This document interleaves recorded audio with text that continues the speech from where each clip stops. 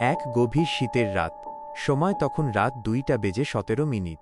শহরের সবচেয়ে পুরনো লাইব্রেরি জ্ঞানতীর্থ এর চারপাশের রাস্তাগুলো কুয়াশায় ঢাকা। লাইব্রেরির একমাত্র নাইট গার্ড শঙ্করবাবু তার ছোট টেবিল ল্যাম্পটি জ্বালিয়ে বসে আছেন। 55 বছর বয়সী শঙ্করবাবু গত 20 বছর ধরে এই লাইব্রেরিতে কাজ করেন। লাইব্রেরিটি দোতলা। উপরের তলায় বিরল পাণ্ডুলিপি আর নিষিদ্ধ বইয়ের একটি ছোট কক্ষ আছে, যার দরজা সবসময় তালাবন্ধ থাকে। বহু বছর ধরে শোনা যায় ওই কক্ষে নাকি একটি অভিশাপ আছে। স্থানীয়রা বলে গভীর রাতে সেখান থেকে নাকি ফিসফিস করে কারো নাম ধরে ডাকার আওয়াজ শোনা যায়, একটি নিষিদ্ধ ডাক। শঙ্করবাবু এগুলো বিশ্বাস করতেন না যতক্ষণ না সেই রাত এলো। রাত 2:20। নিস্তব্ধতা হঠাৎ ভেঙে গেল। লাইব্রেরির দোতলা থেকে একটি বই ধপাস করে পড়ার শব্দ হল। শঙ্করবাবু চমকে উঠলেন।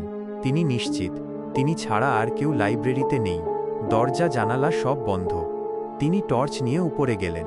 পাণ্ডুলিপি কক্ষের সামনে দাঁড়িয়ে তিনি দেখলেন তালাটি অক্ষত, কিন্তু মেঝেতে একটি পুরনো হলুদ হয়ে যাওয়া চামড়ার বাঁধাইয়ের বই খোলা অবস্থায় পড়ে আছে। বইটি কক্ষের ভেতরের আলমারি থেকে পড়েছে, যার অর্থ হল আলমারি ভেদ করে বা তালা খুলে কেউ বইটি বের করেছে। তিনি বইটি হাতে নিলেন। কোনো শিরোনাম নেই, শুধু মলাটের ভেতরে একটি পাতায় হাতে লেখা কয়েকটি লাইন। আমার কথা কেউ শুনল না, আমি শুধু তাকে ফেরাতে চেয়েছিলাম। এখন আমি এখানে বন্দী। যে এই বই ধরবে সেও আমার ডাক শুনবে। শঙ্করবাবু বইটি বন্ধ করে ফেলার আগেই তার কানের কাছে একটি ঠান্ডা নিঃশ্বাস অনুভব করলেন। তার নাম ধরে কেউ ফিসফিস করে ডাকল, শঙ্কর। আওয়াজটি শুনে তার রক্ত হিম হয়ে গেল। এটি পরিচিত আওয়াজ ছিল না, কিন্তু কণ্ঠস্বরটি কেমন যেন চেনা চেনা লাগছিল। দ্রুত তিনি নিচে নামতে শুরু করলেন। সিঁড়ির মাঝখানে এসে টর্চের আলোয় তিনি নিচে একটি ছায়া দেখলেন। ছায়াটি মানুষের মতো, কিন্তু এর পা ছিল না। ভয়ে শঙ্করবাবু টর্চ ফেলে দিলেন। লাইব্রেরির ভেতরে অন্ধকার আরও ঘন হয়ে গেল। তিনি স্পষ্ট শুনতে পেলেন সেই ফিসফিস ডাকটি এবার দোতলা থেকে নয়, লাইব্রেরির প্রধান দরজার দিক থেকে আসছে।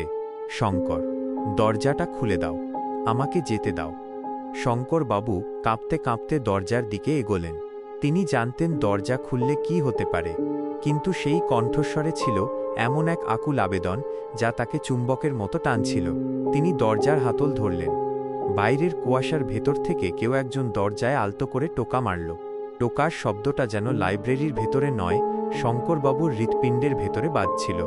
তিনি দরজা সামান্য ফাঁক করলেন।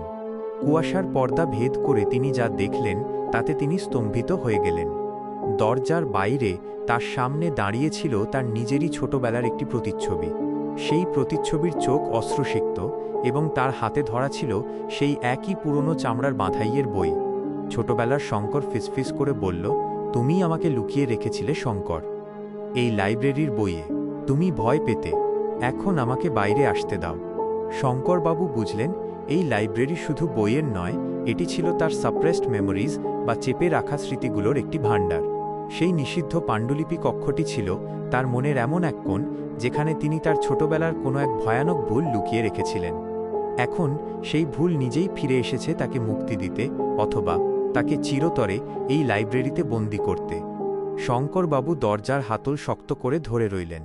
কুয়াশার ভেতর থেকে আর কোনো শব্দ এল না, শুধু সেই ছোট্ট শঙ্কর স্থির চোখে তার দিকে তাকিয়ে রইল।